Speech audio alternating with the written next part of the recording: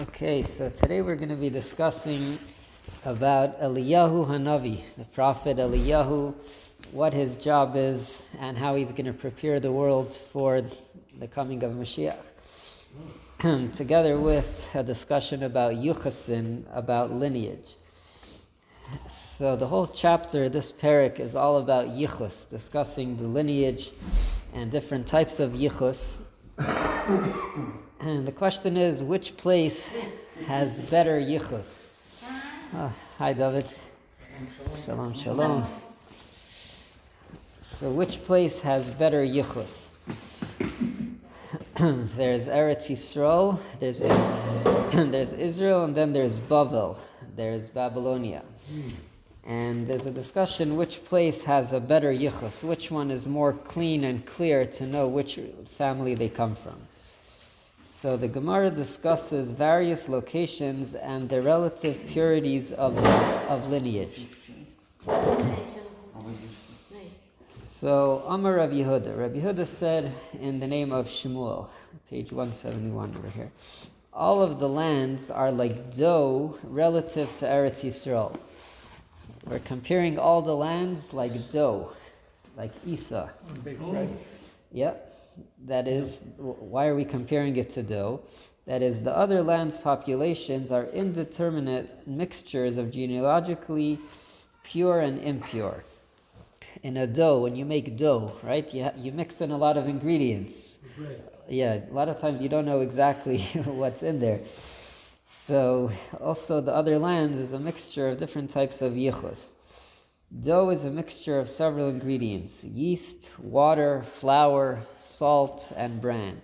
So too the populations of other lands are mixtures of persons with unblemished lineage and persons with tainted lineage. That's why all the other lands are compared to Isa, to dough. Eretz Yisrael, on the other hand, is comparatively fine sifted flour, a collection of families with uniformly unblemished lineage. For the genealogies of Eretz Yisrael under the constant scrutiny of the Sanhedrin, on the account of the Kohanim there, whereas the genealogies of the other lands are not subject to such scrutiny. So they're more careful in Eretz Yisrael about the lineage than in Bavel, than in Babylonia. Even though this is the remnant that was left behind after the exile, you would think they would be the lowest of the low. So you're right. That it says all the other lands besides for Bavel. So Eretz Yisrael is better than other lands, but like David just corrected over here, Eretz Yisrael is like dough relative to Bavel. That even Eretz Yisrael compared to Bavel is also like dough. For those of tainted lineage went up with Ezra from Bavel to Eretz Yisrael. It says that Ezra, when he went up, he brought 10 types of Jews. And a lot of them had a problem with their yichus. So thus, compared to Bavel's pure lineage, Eretz Yisrael is considered like dough, since in Eretz Yisrael some of those of impure lineage married into the families of pure lineage. So we have three levels. We have all other lands. They are like dough. Then you compare that to Eretz Yisrael. But then the purest lineage, where do you find that? In Bavel, even more than Eretz Yisrael. Because lineage also by tribe or just Yidden? So we mean over here that there are certain people that have a problem with their yichus, like people that either were not sure who their parents are, like someone who was just picked up in the street and we don't know who their parents are. That's called an asufi. Or another person is called a shisuki, which means when they talk about their parents, they say, be quiet, shah, like we don't want to speak about them. So that's a category of a person with a problem with the yichus. So Ezra, when he went up from Bavel to Eretz, so he took 10 of these groups, 10 of these people, both with good yichus and people that have a problem with their yichus. I'm reminded of Moshe, the Erev Rav. Erev Rav is like the mixture, the people that Moshe brought them in. Yeah. Ezra had a Erev Rav, apparently. Mm-hmm. In the days of Rebbe, they sought to treat Bavel like dough relative to Eretz Yisrael. that is, they sought that the law should be that families from Eretz Yisrael may be assumed to be genealogically pure, and the families from Bavel must be investigated before someone from Eretz Yisrael marries into them. So they wanted to start making problems about the people from Bavel. Rebbe said to them, "You are putting thorns between my eyes." For Rebbe's family originated in Bavel. He says, if you start going to make questions about families, there's going to be a problem about Rebbe's yichus. He was descended from Hillel, who had come from Bavel to Eretz Yisrael about 2 centuries earlier. He says, don't start making problems with yichus in Bavel. Rebbe continued, do you wish the Rab Chanina Bar Chama will deal with you? That is, he will respond to this? Do you want him to get involved? Rab Chanina Bar Chama dealt with them. He said to them, I have received the following tradition from Rabbi Shmuel, the son of Rabbi Yossi, who said it in the name of his father. All lands are like dough relative to Eretz Yisrael, and Eretz Yisrael is like dough relative to Bavel. And the families in Bavel are indeed of purer lineage than those in Eretz Yisrael. He says, don't mess with the people in Bavel. People in Bavel have even a better yichus than the people in Eretz Yisrael. Although Rebbe, who compiled the Mishnah, had already indicated in our Mishnah that Bavel is genealogically superior to Eretz Yisrael, they did not accept this teaching from him because he was from Bavel.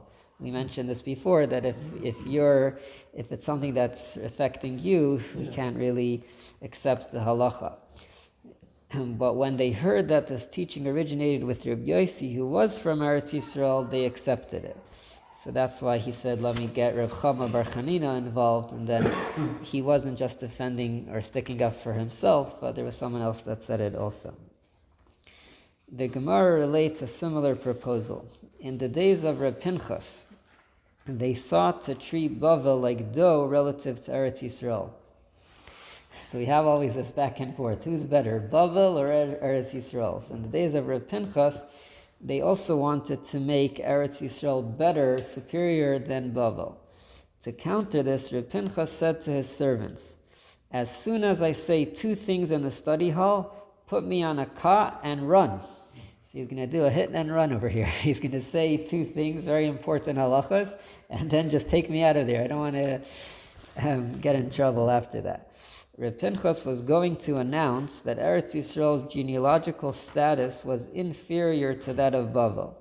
He anticipated that he would have to leave immediately after making this announcement, because otherwise the students would demand that he corroborate his words by disclosing the identities of disqualified families in Eretz Yisrael, and he did not want to do so.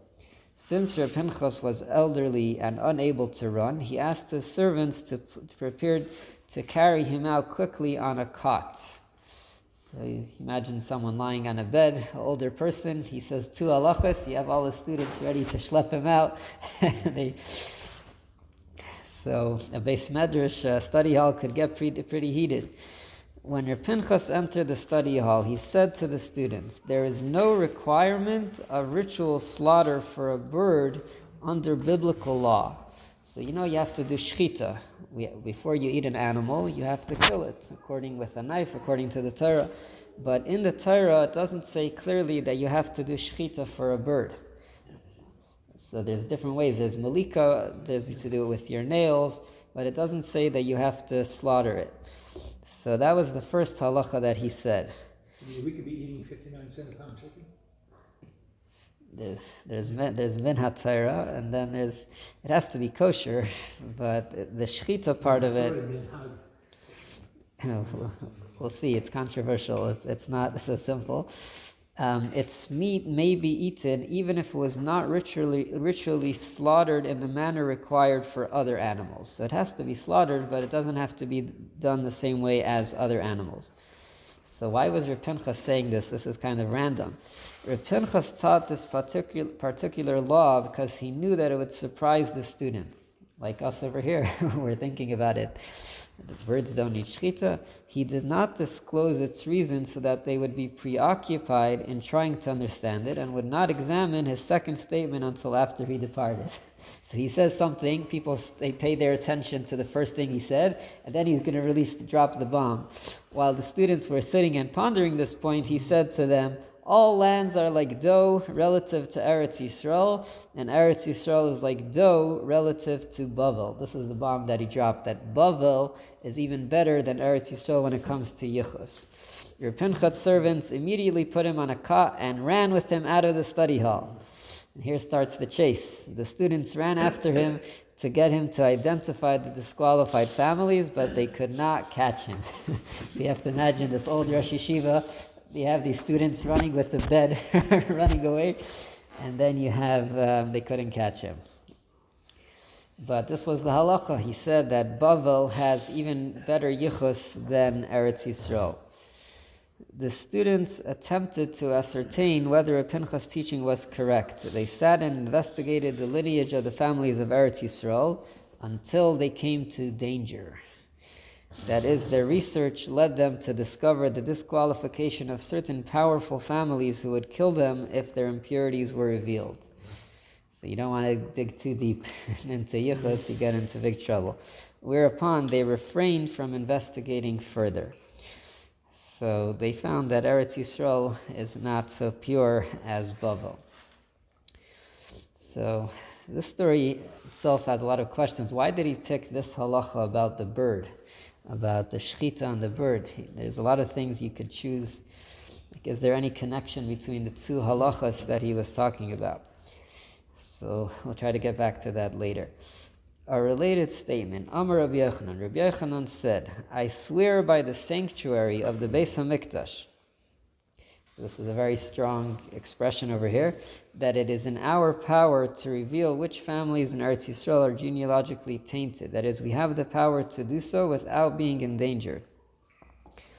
Because other people were afraid. But what can I do? For behold, great people of the generations are mixed with them. And revealing the matter would cause these people great shame. So sometimes it's better to be quiet. The Gemara explains, Rabbi Yochanan agrees with Rabbi Yitzchak, for Rabbi Yitzchak has said, once a genealogically tainted family is mixed with Israel, it is mixed. Once it gets mixed in, blended in, and you don't have to reveal it. One should not isolate such a family and clarify which of its members are pure and which are impure. Rather, one should leave it, and even in the Messianic era, all of its members will be deemed pure.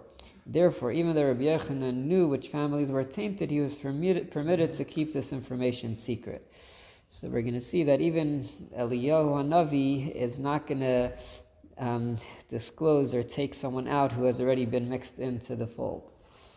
The Gemara cites a Tanaic source for Rabbi Yitzchak's view.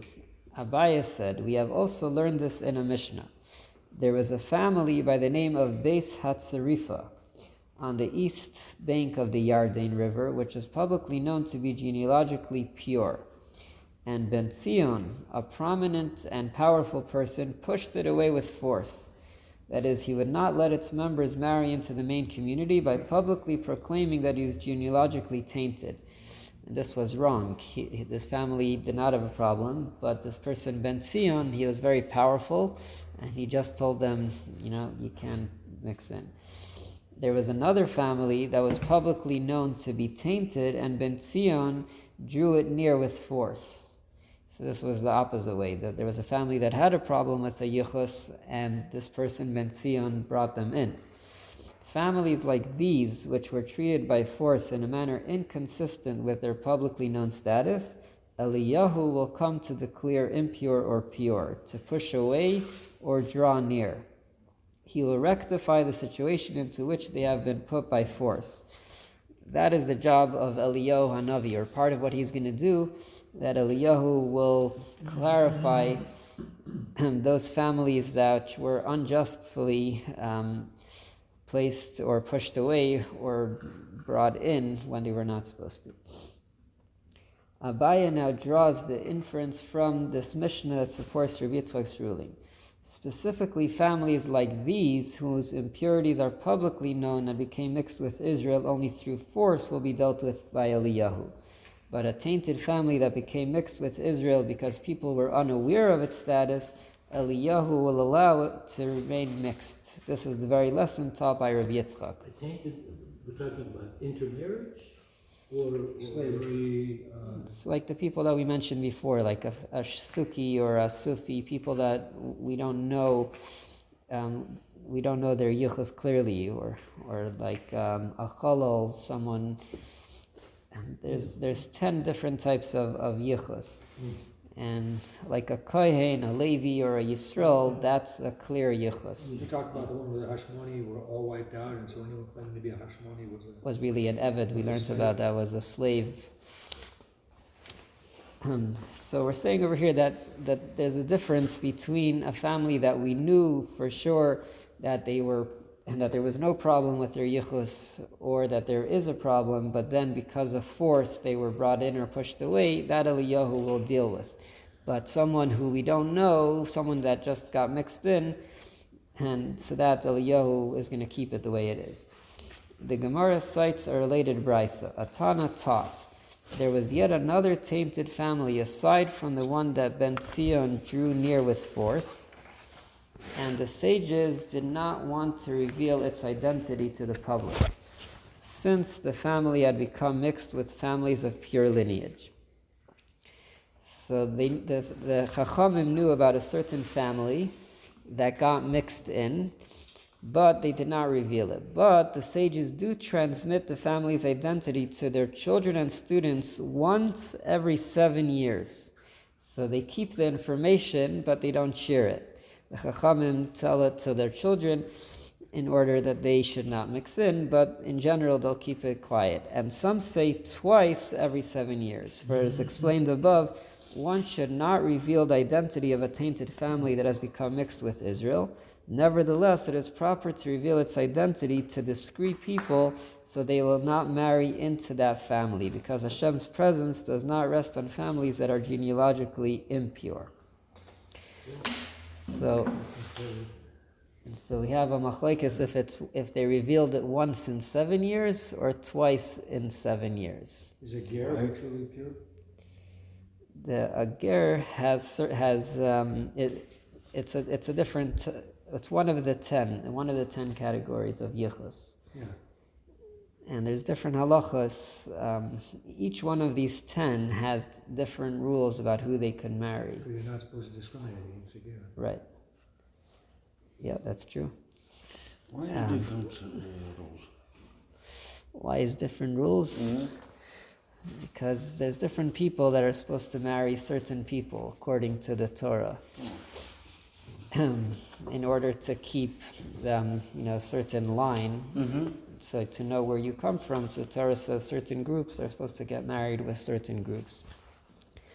Yeah, we have to be very careful when entreating and respecting a ger. That is true. The Gemara comments, Reb Nachman, the son of Yitzchak, said it is reasonable to assume that the one who says only once every 7 years is correct. We want to say that it's not twice in 7 years, but once in 7 years. As it was taught in the following brisa, if one vows, I will be a Nazir if I do not reveal the identities of genealogically tainted families. That's an interesting way, a stipulation. He says, I'm going to be a Nazir. A Nazir is someone who lets his hair grow. He doesn't cut his hair and he doesn't drink wine. And he makes the condition, I will be a Nazir if I do not reveal the families. My book has an ending bracket, but it doesn't have a beginning bracket for an inserted phrase. It says, Velo Yegala Mishpachos, and there's an end bracket. And I can't find the beginning bracket. Is the whole thing a bracket? This whole thing? It says Bimei Rebbe. There's a bracket right after the first line. On the very previous page? Like 2-3 pages before, right in the beginning of this thing. So it says he should be a Nazir and not reveal the identities of such families. For although Scripture describes a Nazir as a sinner, because he deprives himself of wine, it is better to be a Nazir than to reveal the identities of genealogically tainted families, which is forbidden to do. The Gemara infers from this that one should not reveal the names of such families, even to discreet people, except on the least frequent basis. So we see over here that it's very important to keep things the way they are. You don't want to start messing up yichus, and it could have a lot of effect on shidduchim. Actually, one of the commentaries, they say that one of the biggest problems that the shadchanim, the matchmakers, have is that they start making problems with the yichus and saying, you come from here and you come from that. We see here that even Eliyahu Hanavi, a family that was mixed in, was mixed in. You don't want to start messing it up. So we have here a lot of things that we need to try to understand. What is this thing about being a Nazir and not revealing families? Like, is there any connection between those two things?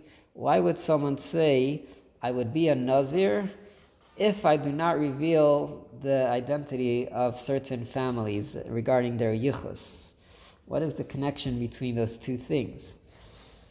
So now we'll go to the papers. We'll see a lot of fascinating things over here.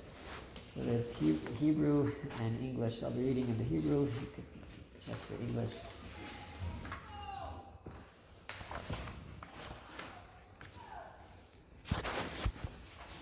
Everybody has?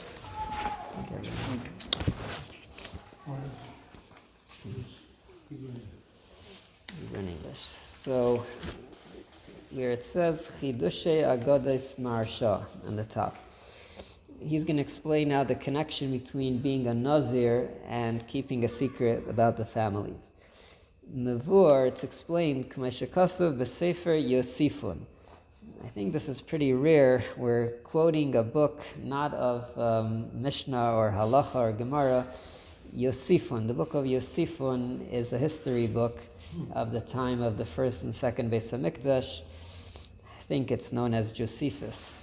So we're quoting here in the Marsha, one of the commentaries on the Gemara. He's quoting Yosifun in order to explain a passage over here.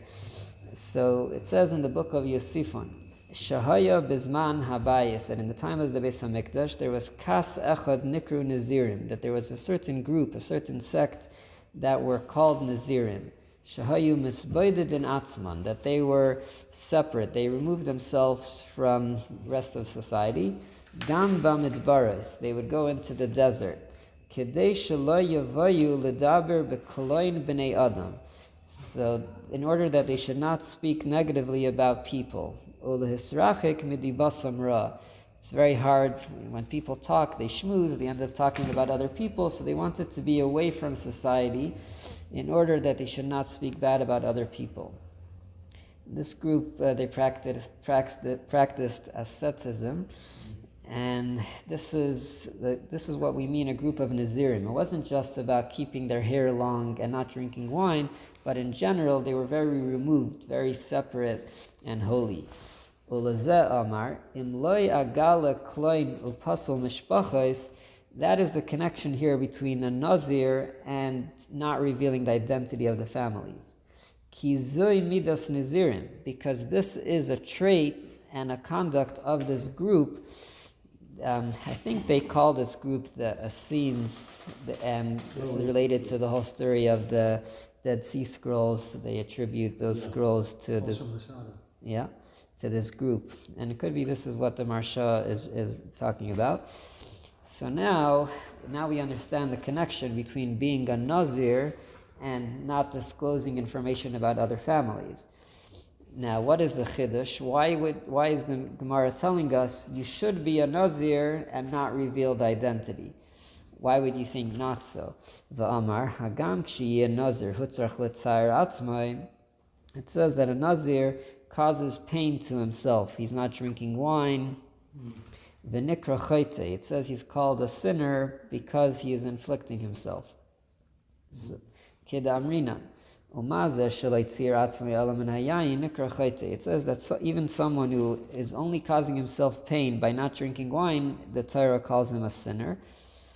So what is better? Is it better to be part of this group, or is it better to be a Nazir? Afal pikein, asr legalois, it's forbidden to reveal the Nazir kitanai. He should be a Nazir like he made the condition. Gam im chayte yiyah, even if you will be considered a sinner.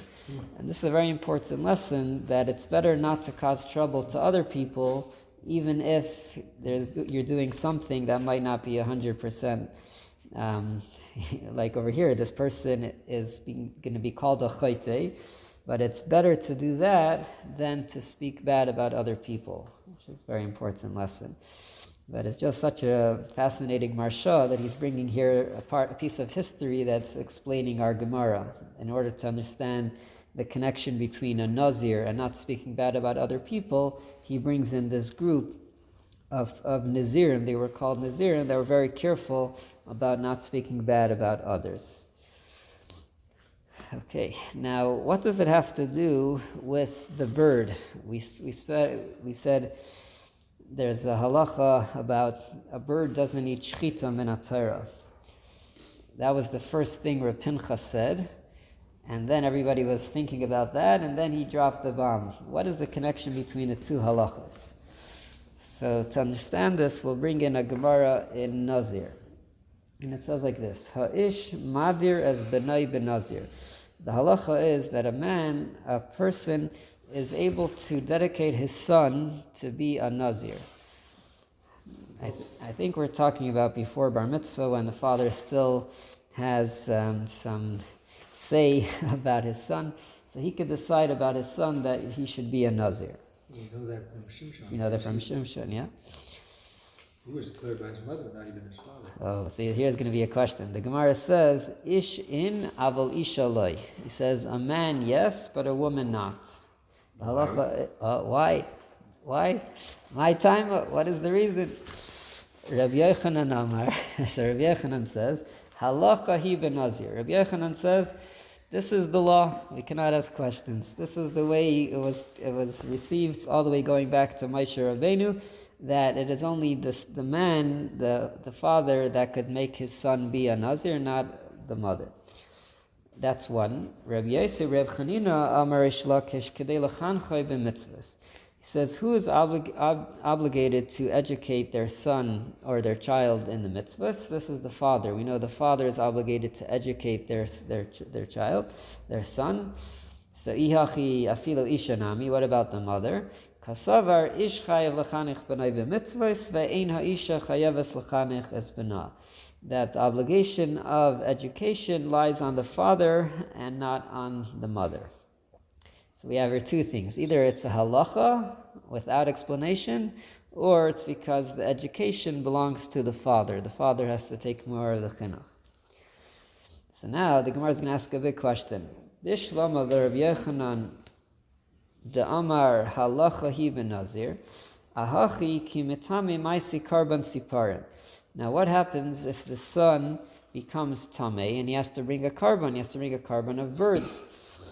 Va'achil kayin malika. So what does the kayin do? He does a malika, which is done for a carbon. So if it's a halacha, I understand this is the process. The kayin does malika to the bird as a carbon. But if you say that it's just a matter of chinuch, of education, haka'achil nevela. If this is a bird that needs to be slaughtered and you do malika on it, doing it with a nail, that's nevela. You're eating something which is not kosher. Be clear, fingernail. With the fingernail.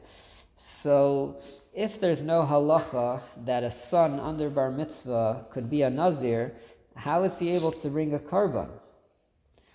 So here comes the answer. Kasavar Rabbi Yosef Reb Yehuda the ein shchita la'oif min haTorah. The halacha is that a bird does not need shchita. So that's why it's not a problem. So are we just going to ignore the fact that Shimshon's mother dedicated him, and that was the end of the matter? So over there, it was really the malach that said that he would be a nazir. She said, if I get a child, I will dedicate him as a nazir. Straight up. But it says both the father and the mother were there when the malach came. First the angel came and only the mother was there, and then he didn't. He said, I want to see him also. talking about when she was praying. You're talking about Shmuel or Shimshon? Because both of them, Shimshon? Yeah. So the angel told her, and I think the angel told him also. You could check. We have to check back in the story, but I believe he told the father also that he would be a Nazir. So what do we see over here? That if we say... I'm sorry, the woman who was praying before the Kohen Gadol and her lips were moving... That was Chana.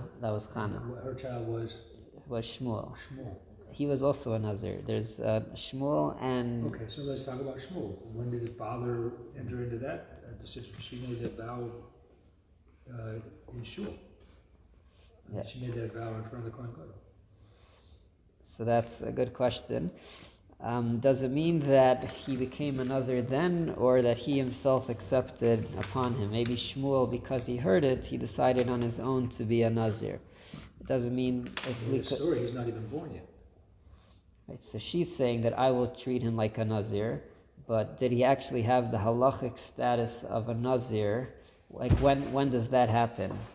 Did that happen once the mother decided, or did it happen because so once he became bar mitzvah age, he could choose whether or not to continue with what his mother had done?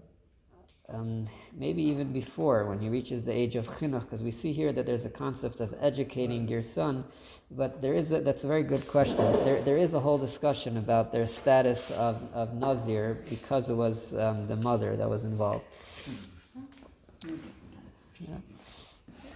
Okay, you go. Thank you for joining, Felix. Yeah. Thank you. Yeah. Spokojnej nocy. Thank you.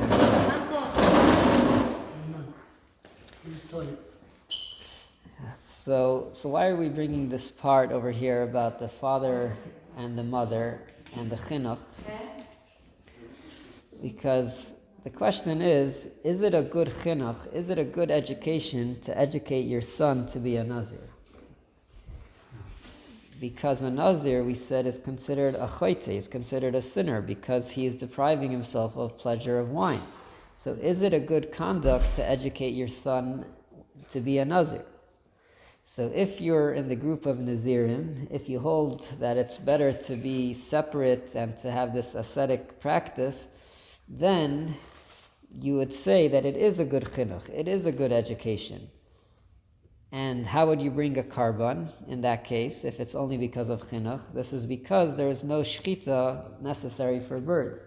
So that's how both of these things are very related to each other. This idea of not disclosing identities of family is tightly related to the idea of education, of the father educating the son to be a Nazir. Because the idea of a Nazir is someone who's very careful with his words and makes sure not to say anything bad about other people. And if so, that means that we're supporting the idea of a father educating the son to be a Nazir. But the only way he's speaking about the sacrifice of bird, he's alluding to but he's not. It's hinted here. We have to know this other information of the Gemara Nazir. They were puzzled. Yes. Okay. Now, what's interesting is there's two words over here. The Gemara said that it was in the days of Reb Pinchas. Reb Pinchas was the one who announced these things, and he just took off. He said, "Put me on the cot and run away." But it doesn't say which Reb Pinchas it is. In the back, in the commentaries, I saw one of the commentaries added two words, and it says that this was Reb Pinchas ben Yair. So now that we know who Reb Pinchas ben Yair is, we'll see soon Yair means light. This will shed a lot of light about him. We know about Reb Pinchas ben Yair that he was very pious, and also there's some people that say that he was part of this group that we mentioned before, that were very separate and lived an ascetic type of lifestyle. And that's how we see how everything ties in together here. That's where we get our word essential. That's where it comes from? What's essential? From Essenes? Yeah. What is the relation between those two Essential, things? meaning the absolute drill down to the essence. Mm-hmm. So the Gemara tells us about... What the Essenes did. I tried to get to the essence. Yeah. So the Gemara tells us about Reb Pinchas ben Yair. Miyamav loibatza al prusa she'ena shaloi. He never broke bread on bread that was not his. He wouldn't take food from anyone. Everything was earned. Everything was his own. Umiyayim sha'amad al daitai. And from when he matured, loinena misudas aviv. He never benefited from a meal from his father. Very, very independent. He wanted to, everything should be earned with hard work. So that's one thing we know about Reb Pinchas ben Yair, that he was very careful. That's about himself. Then we see about his donkey. The Gemara tells us, "My behemtan shel tzadikim." The Reb Pinchas ben Yair have a ka'azul pidyon shvuyim. It says that Reb Pinchas ben Yair was one time going to free some captives. Paga bei beginai nara, and he encountered the river Ginai. Amarle, Ginai chalaik li mimecha. He tells the river, split for me. I'm doing a mitzvah here. Ve'everbach, I need to get to my destination. Amarle, so the river responds, Ata hailech lasas ritzayin kainecha. You're going to do the will of your master. Vani hailech lasas ritzayin kaini. I also have a mission here. Hashem put me here to be a river. I'm not going to split now. Ata safik aisa, safik iyata aisa. He says, how do you know you'll be successful in redeeming and freeing these captives? It's a doubt. Ani vaday aisa. He says, I know for sure that I'm doing what I'm supposed to be doing. I'm a river. The way I've been here a year, I don't know what's going to happen if you're going to be successful in your mission. Amar lei. So Reb Pinchas ben Yair says to the river, Im i'ata chaylik, if you will not split, geizrani alecha, I decree upon you, shelo yavru bach mayim la'olam, that the water will never pass through you forever. Chalakle, he gave in and split. Hahu gavra, so we're talking about a person that's splitting seas. We're talking about a person on a whole different level. Hahu gavra d'havadari chitu lepischa, the person that was preparing wheat for Pesach. Amrlei chalaik leinam. So he was also near the river. He also had to cross. So Reb Pinchas says, chalaik leinam ilahai. He says, please split for this guy also. De b'mitzvah asik. He's involved in a mitzvah. Chalak the river again split for him. Havahu taya. There was also a person that was riding delava bahadayu, that was accompanying them. Amrlei chalaik leinam ilahai. He says, please split for him also. Delay lema kach oisim lebnei levaya. So Reb Pinchas ben Yair was a very important person. He had this person accompanying him. He says, what, you're just going to leave him across the river? This is what people are going to say. This is what you do to people that are assisting.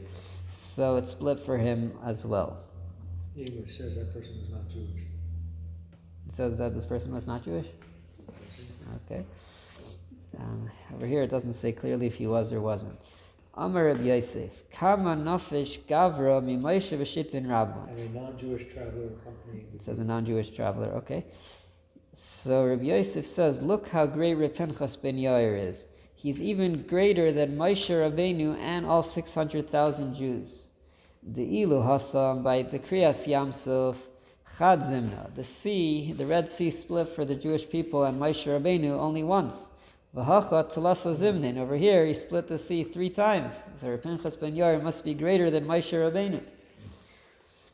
So the Gemara says, not so fast. V'dil mahacha nami chada zimna. Maybe over here it also split only once, but he just held it up from returning until all these 3 passed. So it doesn't mean that it split 3 separate times. Maybe he just held it up until they all went through. Elo kim Moshe v'shitin rabban. So it says Reb Pinchas ben Yair is not greater than Moshe, but he is as great as Moshe and the 600,000 Jewish people. Say 3 people or 600,000? 600,000. There is a difference. Yeah. So, Ikla lahu ushpiza. So now he goes and he's hosted by someone's house. Ramule saroy lechamri. They wanted to give barley to his donkey. Loi achil, the donkey was not eating. Chavtinu, so they start sifting and cleaning it. Maybe the food is not pure enough.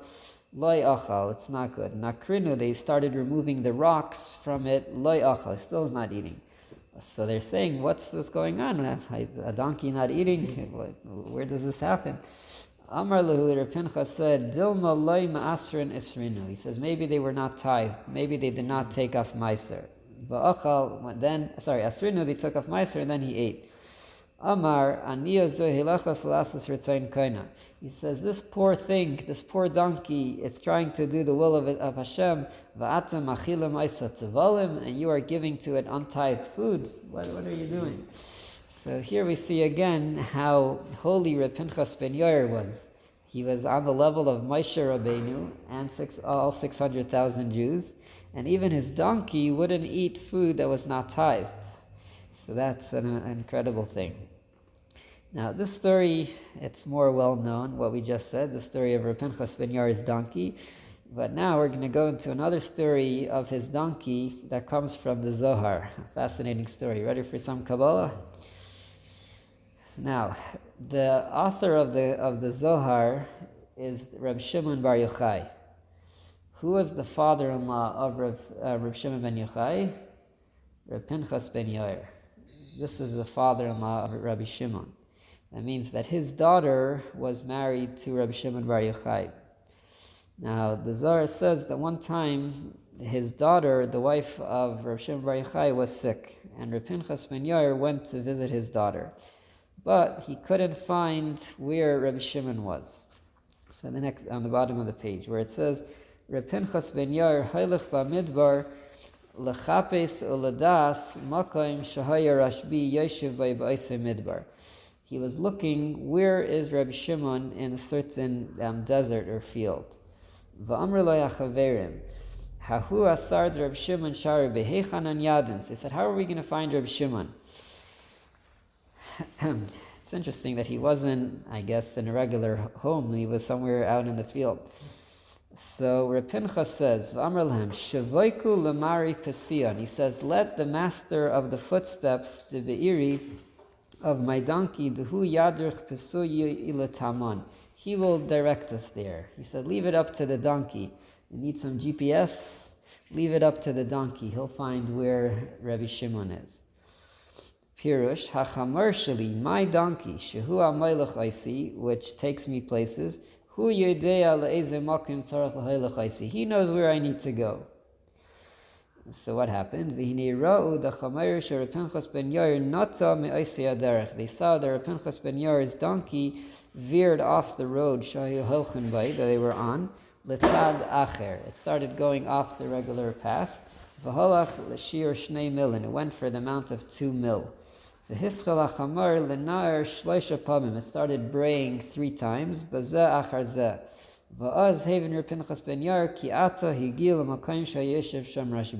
says, now we arrived at our destination. You hear the donkey saying, we have arrived. Then Reb Pinchas ben Yair went off the donkey. Va'amar lachaverim Nachin atzmeinu lekabel ape ravivi. He said, let us get ourselves ready to greet the big face, which is Reb Shimon Bar Yochai. V'hinei, Reb Shimon ben Yochai b'shamai ge'iyas hachamer, when Reb Shimon heard the braying of the donkey, Amar lachaverim she'ima, he told his friends, Ata nekum v'neza, let's get up and go. The hakala the chamra, I hear the voice of a donkey, the Saba Chasida of the holy Chassid, Is'ar legabon, is come to us. So Reb Shimon says, I recognize this is the voice of the holy donkey of Rabbi Pinchas ben Yair. Come Rabbi Shimon. So Reb Shimon got up, V'kamu Chavraya, and his group also got up. So they had this meeting. And here the story gets even more interesting. When they were walking, there were some Arabs that were there.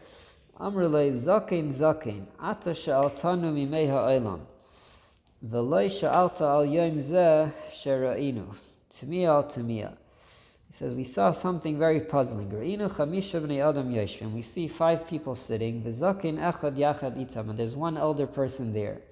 Vera'inu oifais miskansim ufarsim knafayim al rasheim. We see some birds that are spreading their wings on top of these people, and that's to give them shade. Elu helchim ve'elu shavim. These are going, these are coming. V'hatzeh le'avra mi'al rasheim. The shade that these birds provided did not leave them. V'aisei zaken herim kailei aleim. This older person, he was raising his voice, v'heim shoymim, and they were listening. So, what happened was that these birds came specially to provide shade for Reb Shimon Bar Yochai, but then Reb Pinchas was not happy about this. Reb Pinchas was worried for the birds. He says, this is Tsar Bali Chaim. These birds have to stay in one place to give them shade, and he basically told Reb Shimon, you should tell the birds to go where they came from, to go away.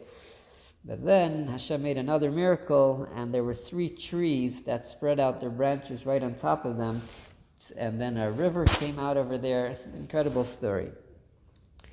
So, what's this idea of the donkey of Reb Pinchas ben Yair?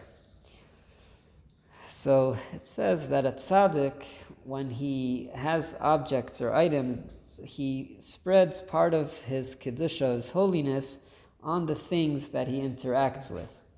So because this was a donkey that always served Reb Pinchas ben Yair, the donkey also got this kedusha, it also got this holiness.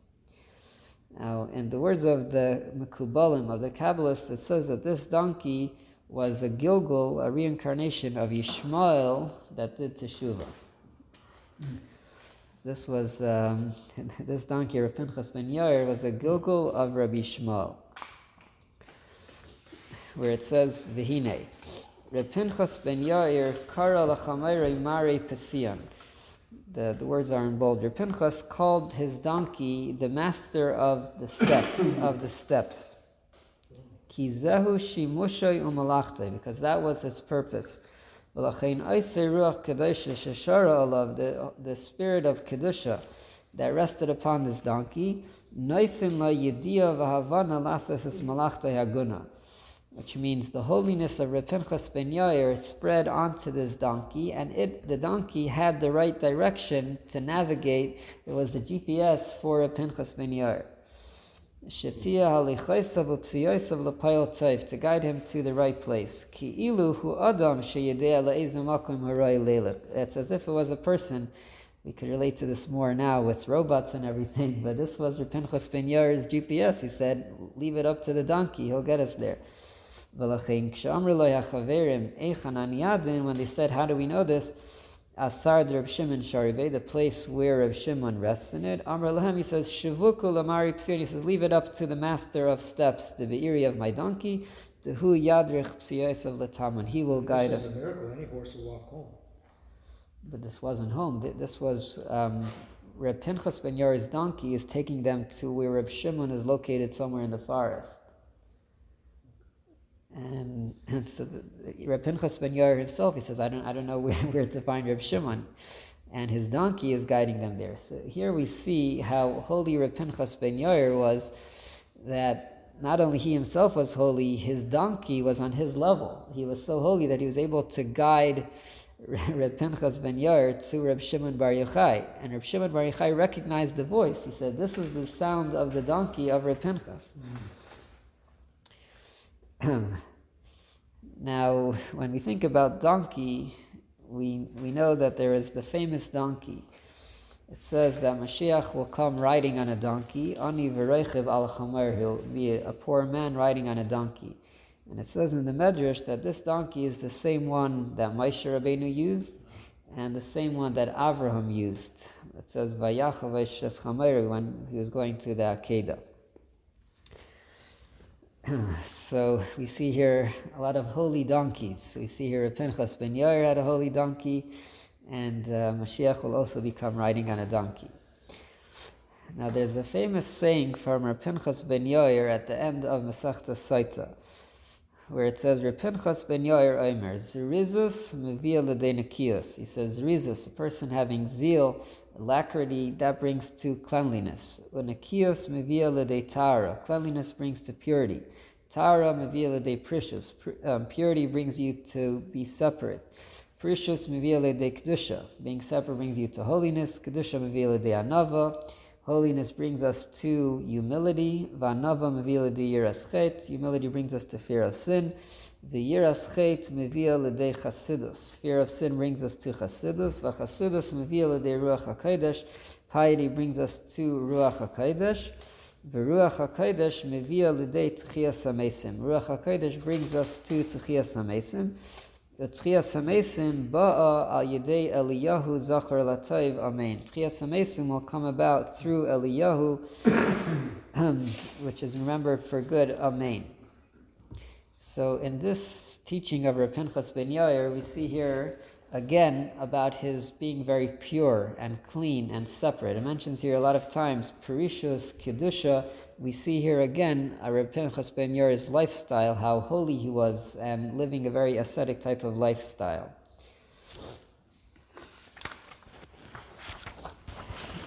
Now, what was Reb Pinchas ben Yair doing when the river split for him? Reb Pinchas ben Yair was going to redeem captives. So what I'm trying to bring out over here is that Reb Pinchas ben Yair has a lot of connections to Eliyahu Hanavi. In his teaching, he just mentioned, he concluded what Eliyahu Hanavi is going to do. And Reb Pinchas ben Yair was going to redeem captives. Redeem captives represents the idea of redemption, taking out the Jewish people from a state of exile. So we see here again a connection between Reb Pinchas ben Yair and Eliyahu Hanavi. And what did Reb Pinchas ben Yair do?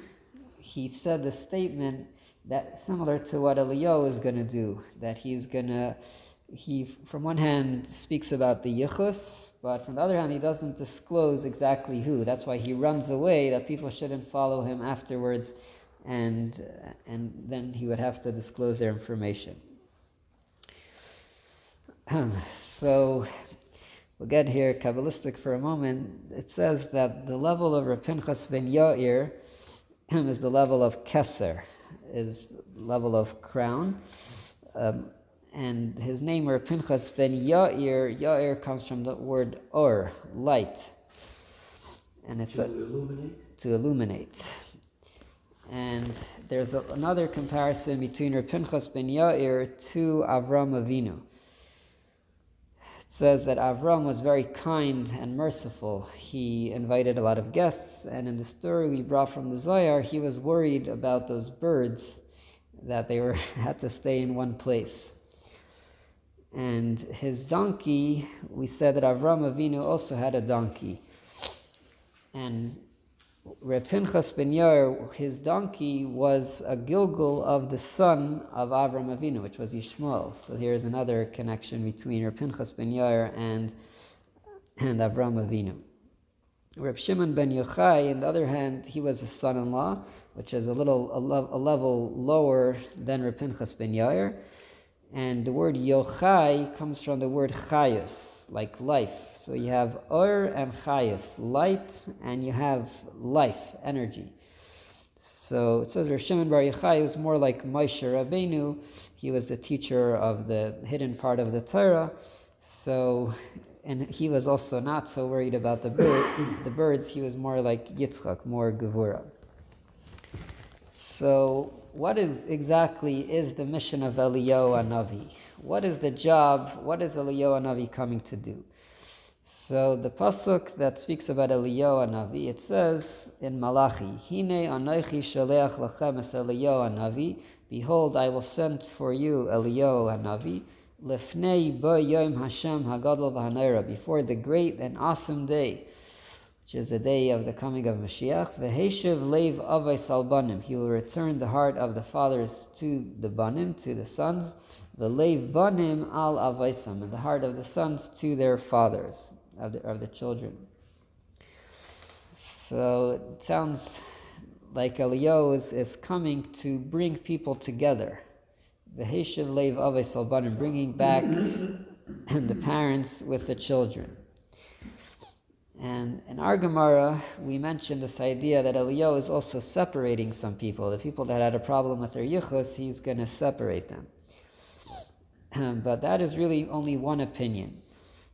And at this Mishnah we brought from Idias. So we mentioned this idea that Eliyahu is going to come to distance a family that was brought in by force, or the opposite. But Reb Shimon Aimer lahashvais hamachlekes. Reb Shimon says Eliyahu is going to come to straighten out the arguments, to resolve the machlekes. So there's no problem directly contradicting the other guy? Well, we'll see soon what it means to straighten out which machlekes are we talking about. So it might not be a contradiction. Chachamim say loy lerachek v'loy lekarev. The Chachamim say he's not here to distance or to bring near, ela lasos shalom ba'olam, rather to make peace in the world. And we bring this pasuk, v'heshiv leiv aves al banim, return the heart of the parents to the children and the sons to their fathers. So we have here, it looks like in a way a three-way machlekes about what Eliyahu's mission is. Is his mission to clarify and to separate those who don't belong and bring close who do belong? Is he here to separate and straight out machlekes? Or is he here just to make peace in the world? And what's the difference between 2 and 3? Between straightening out the machlekes and making peace in the world. So, the Rambam explains like this. This is from the Rambam's Pirush HaMishnayos. Loi nishma Moshe Rabbeinu alav shalom zeh halashon. We did not hear from Moshe Rabbeinu with exact wording what Eliyahu is going to do. Which means if Moshe Rabbeinu told us exactly what Eliyahu is going to do, how could there be a machlekes? Aval shama mimenu zeh ha'inyan. But Moshe Rabbeinu revealed the idea, the general concept. Lefi Moshe siper bebias HaMashiach.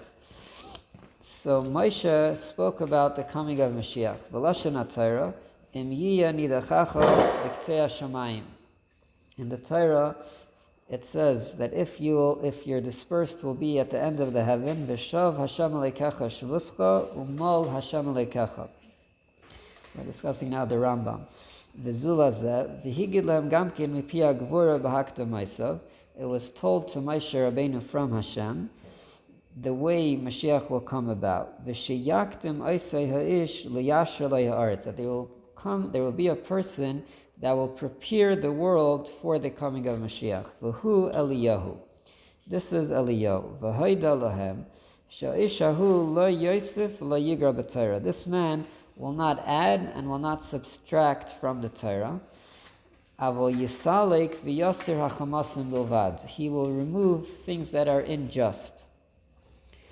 So the Rambam is addressing a big question here. If it was told to Moshe Rabbeinu what the job of Eliyahu Hanavi is, how could there be a machlekes? How could there be an argument about what his mission and purpose is if it was told to Moshe Rabbeinu? So the Rambam says no. The details were not disclosed to Moshe. All that was told to Moshe was that there's going to be a person that's going to prepare the world for Mashiach and will remove injustice. There's no argument about that fact. The argument is, what is the injustice that Eliyahu will remove? The argument is, what specific evil or wrong thing will Eliyahu remove? Mahim, what are they? Amar Rabbi Yochanan ben Zakkai, he says, what is the biggest problem? Yeah, we're worried about problems in the world. What do we need to take care of? What does Eliyahu need to take care of? Rabbi Yochanan ben Zakkai says, "Sheharoi sheyasreim laharchik adam pasul biyichusay sheshav kasher b'zraya." Someone who is forcefully brought in, which does not belong to be part, that is an injustice. Ulakarev adam kasher shehorchak, or someone that was distanced and he really belongs in. That's a big injustice. That's what Eliyahu needs to take care of. Oy mikal Yisrael b'zraya. V'himshil b'shtei mishpachos shayu achas kshera v'ashniya psula v'nisgabru b'nitziyin aleim v'hishivu apsula kshera v'hakshera psula. So that is the first opinion. The first opinion says, what do we need to take care of first? We need to take care of the families that do belong or do not belong. That is what Eliyahu has to take care of.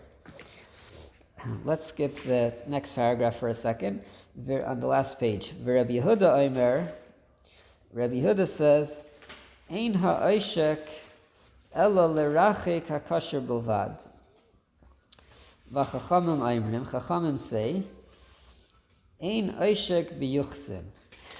Chachamim say, lineage yichus, that's what you're worried about. We don't have to worry about that. Kol hanikra b'shmayin. Here the Rambam uses a very powerful statement. Hakol yisyachsu ala emes. What is the yichus? What is our yichus? What is our lineage? Our yichus is to the truth. Who is our father? HaTorah, shehi av hakol. This is the source of everything. He says you're worried about families. You think that's what Eliyahu is going to take care of. Aval heis ashkus v'harois. What is injustice? Hemasinois sheim b'nei adam. When people have hatred between, and their people don't get along, that's sinas chinam, fishem chinam, it's for no reason. And that is a real injustice. Why do you hate this person? He didn't do anything wrong to you. That's really the job of Eliyahu Hanavi. That's what the opinion of Chachamim say. Now, the Rambam points out a fascinating thing, that when we speak about the family that did not belong, it didn't mention their name. The family that did belong, it mentioned by name. It said the family of Tzarifa. But the other family that had a problem with their yichus, we didn't mention their name. And the Rambam says to teach you how careful we have to be with Lashon Hara. Yeah, that was right in the beginning. They refused to say something that was negative. Yes, and that was right. So we see here a common theme. The whole thing over here is about being so careful. Now the Raavad, he says that what is the job of Eliyahu? To straighten out the machlokes. So David was asking, what's the machlokes that we're talking about over here? He says we're talking about machlokes bein hachachamim b'divrei Torah. He says, what does Eliyahu have to take care about? There's so much argument between the rabbis in the Torah. We have to straighten that out. That's what Eliyahu is going to do. We know Teku, many times the Gemara concludes Teku, we don't know, but that also stands for Tishbi, Yitaret, Kushes, V'yibayis, that Eliyahu will be the ones to straighten it out. But, so what do Chachamim say when they mean Lasois Shalom Ba'olam, when Chachamim say to bring peace to the world? Kalaymar, Lasois Shalom Li-Yisrael Mina Umais. We mean to make peace between the Jews and the nations. That's what we mean. Levasar Oisam Al Bias HaGoyel. That is what we need to prepare. So we have here a lot of different opinions. What Eliyahu needs to do to prepare the world for Moshiach? Is it by taking away problems of Yichus? Is it by sorting out arguments in Torah? Is it about making peace between the Jewish people and the rest of the world? And he says that we see this in the words of Malachi. He says we will bring back the fathers to their sons and sons to their fathers. He says, what brought about the separation and exile of the Jewish people? It's the problems from the Goyim, where we were expelled from many places, and this is all problems. So when Eliyahu will bring peace to the world, we will all be able to be together, because we don't have to be dispersed. We could all be together in the same place. The Ramban says that one of the jobs or missions of Eliyahu is to anoint Moshiach. So that's Moshiach is called Moshiach because he was anointed. The Ramban says Eliyahu is given that purpose. Limshoch, to Meshichas HaMashiach L'melech, to anoint Mashiach as a king. Yeah. To rule. I thought it meant Limloch to rule. And To be a king. It's almost the same thing, but not quite. Yeah, it's close. The day that Eliyahu will anoint Mashiach in the commandment of Hashem, Yikari Mashiach, that is when Mashiach will be called Mashiach. So he is not only telling us about Mashiach, but he is actually making him Mashiach. He's going to be the one to anoint him, according to the Ramban. Rabbi Yitzchak Abarbanel says that Eliyahu Hanavi will come in the beginning of Tchiyas HaMesim. He will be from the first that will arise, even though it's a little bit hard to understand because we know that Eliyahu went up, I don't know if he passed away. It's some people say that Tchiyas HaMesim will happen through him, which is a little bit of a contradiction. If he will come through Tchias HaMesim, or he will cause happen through him. Why is Eliyahu Hanavi connected directly with Tchias HaMesim? Because Eliyahu refined his body. His body was elevated that it went up, Besara went up with a storm to the heaven, so he will have the merit of bringing back people's body and causing the body to be connected to Hashem. The Rambam says that there's two opinions when Eliyahu will come. One opinion is that Eliyahu will come before the great war of Gog and Magog. But Gog and Magog is before the coming of Moshiach. So he says Eliyahu Hanavi, then the war, then Moshiach. But other rabbis say that Eliyahu will come right before Moshiach, not before the war. So there's a machlekes also about that. So there's a lot of things which are uncertain, and the Rambam says we won't know till it happens. Roll the dice. Jews don't roll dice. We could roll the dice.